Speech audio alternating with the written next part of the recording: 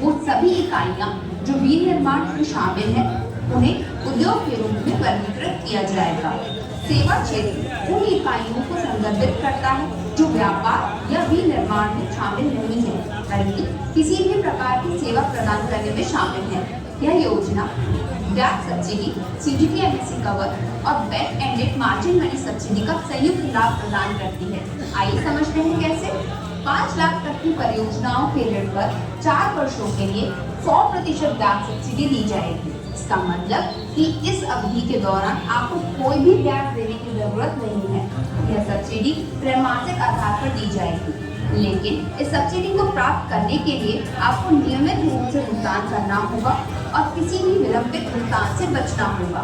Bank या वित्तीय संस्थान द्वारा विलंबित भुगतान पर जो भी पेनल्टी ब्याज लगाया जाएगा वह ब्याज सब्सिडी के तहत कवर नहीं किया जाएगा। इस योजना में 6 महीने का मॉनिटरिंग पीरियड भी दिया गया है, यानी 6 महीनों के लिए आपको किसी भी प्रकार का भुगतान नहीं करना होगा। ये योजना आपको बिना ऋण की चिंता किए अपना व्यवसाय स्थापित करने के लिए समय देती है। इस योजना में ऋण गारंटी भी सरकार द्वारा कवर की जाएगी, जिससे आपको बिना किसी कोलेटरल के ऋण प्राप्त करना आसान होगा। CGT-MSE कवर के लिए 4 वर्षों तक आवश्यक धनराशि का भुगतान भी राज्य सरकार द्वारा किया जाएगा। डिजिटल लेन देन को बढ़ावा देने के लिए प्रति लेन देन ₹1 तक का अतिरिक्त प्रोत्साहन प्रदान किया जाएगा, जो प्रति इकाई लाभार्थी के लिए 1 वर्ष में अधिकतम ₹2000 तक होगा। इस योजना का लाभ लेने के लिए आप ये सुनिश्चित करें कि आप मुख्य योग्यता मानदंडों को पूरा करते हैं, जो कि है कि आवेदक उत्तर प्रदेश का निवासी होना चाहिए। आवेदक की आयु 21 वर्ष से 40 वर्ष तक के बीच में होनी चाहिए। आवेदक को कम से कम कक्षा 8 तक की शिक्षा पूरी करनी होगी। जो आवेदक कक्षा 12वीं या समकक्ष योग्यता प्राप्त है उन्हें प्राथमिकता दी जाएगी। आवेदक को सरकार द्वारा प्रायोजित कौशल विकास कार्यक्रम के तहत प्रशिक्षण प्राप्त होना आवश्यक है, जैसे विश्वकर्मा श्रम सम्मान योजना, एक जिला एक उत्पाद OP प्रशिक्षण और टूल किट योजना, ST-OBC प्रशिक्षण अभियान या उत्तर प्रदेश कौशल विकास मिशन। वैकल्पिक रूप से उनके पास किसी मान्यता प्राप्त संस्थान से कौशल संबंधी क्षेत्र में प्रमाण पत्र, डिप्लोमा या डिग्री होना चाहिए। आइए अब समझते हैं आवेदन की प्रक्रिया।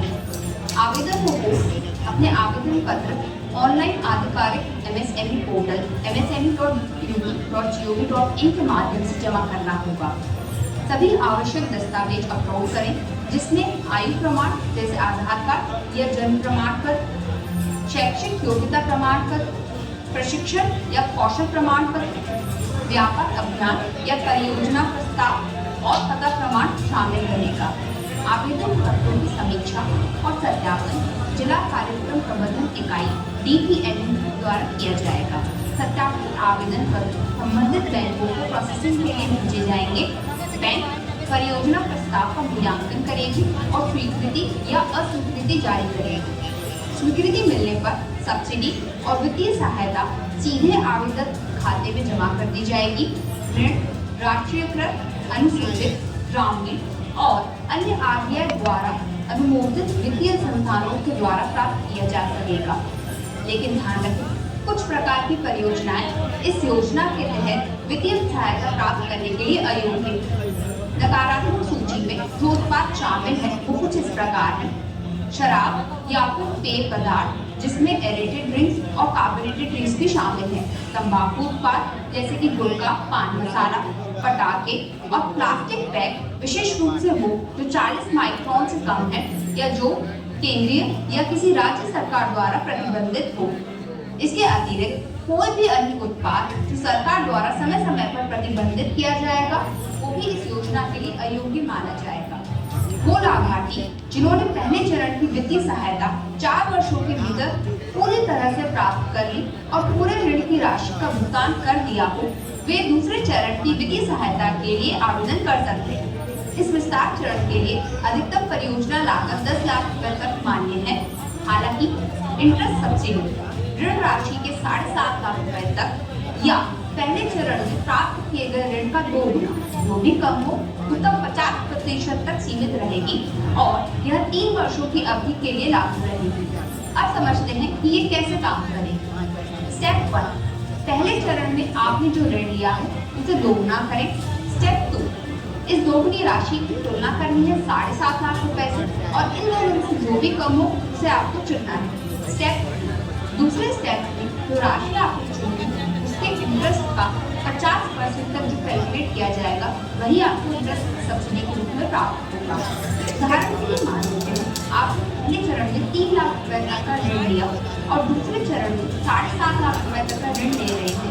पहले चरण के ऋण की दोगुनी राशि यानी 6 लाख रुपए 7.5 लाख रुपए से कम है। 7.5 लाख रुपए से कम होने के कारण सब्सिडी 6 लाख रुपए पर आधारित रहेगी। वहीं अगर आप पहले चरण में 4 लाख रुपए तक का ऋण लिया है और आप दूसरे चरण में 7.5 लाख रुपए का ऋण ले रहे हैं तो 8 लाख रुपए पहले चरण का दोगुना 7.5 लाख रुपए से अधिक होने के कारण सब्सिडी 7.5 लाख रुपए तक आधारित रहेगी। इस प्रकार सरकार एक निश्चित राशि पर ब्याज का आधा हिस्सा भुगतान करेगी, लेकिन यह 7.5 लाख रुपए के ब्याज से अधिक नहीं होगा। सही राशि इस पर निर्भर करेगी कि आपने पहले चरण पर कितना ऋण लिया है। यह ऋण बिना कोई संपत्ति गिरवी रखे मिलेगा और परियोजना लागत का कम से कम 10% टर्म लोन के रूप में फंड किया जाएगा। वर्कशॉप और वर्कशीट की लागत को समग्र परियोजना लागत के हिस्से के रूप में स्वीकार किया जाएगा। आपकी श्रेणी के आधार पर आवश्यक मार्जिन मनी पहले चरण की तरह ही रहेगी। सामान्य श्रेणी के